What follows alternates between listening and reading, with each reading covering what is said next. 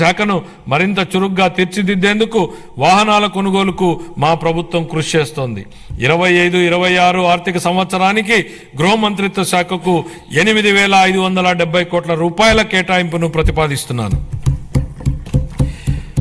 Revenue శాఖ గత ప్రభుత్వం ఆంధ్రప్రదేశ్ భూ హక్కు చట్టాన్ని సరైన జాగ్రత్తలు తీసుకోకుండా హడావిడిగా తీసుకొచ్చింది. ప్రజల నుండి వచ్చిన తీవ్రమైన ఒత్తిడి మేరకు ఈ చట్టాన్ని రద్దు చేసి భూ యాజమాన్యంపై ప్రజలకు ఉన్న భయాన్ని మా ప్రభుత్వం తొలగించింది. గ్రామ స్థాయిలో భూ సమస్యలను పరిష్కరించడానికి మా ప్రభుత్వం 17,403 గ్రామాలలో రెవెన్యూ సదస్సులను నిర్వహించి ఇప్పటి వరకు 90,315 అర్జీలను పరిష్కరించడం జరిగింది.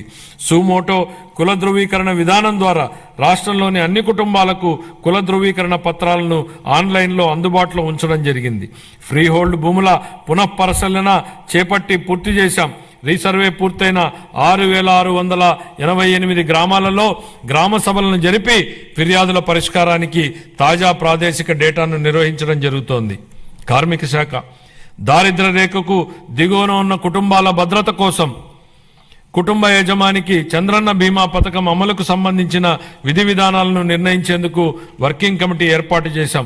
గుంటూరు, శ్రీ సిటీ, కర్నూలు, పెనుగొండ, అచ్యుతాపురం, శ్రీకాకుళం మరియు నెల్లూరు జిల్లాలలో ఈఎస్ఐ ఆసుపత్రుల నిర్మాణానికి భూములను గుర్తించడం జరిగింది. తిరుపతిలో ఈఎస్ఐ ఆసుపత్రిని 50 నుండి 100 పడకలకు పెంచడానికి ఆమోదించడం జరిగింది.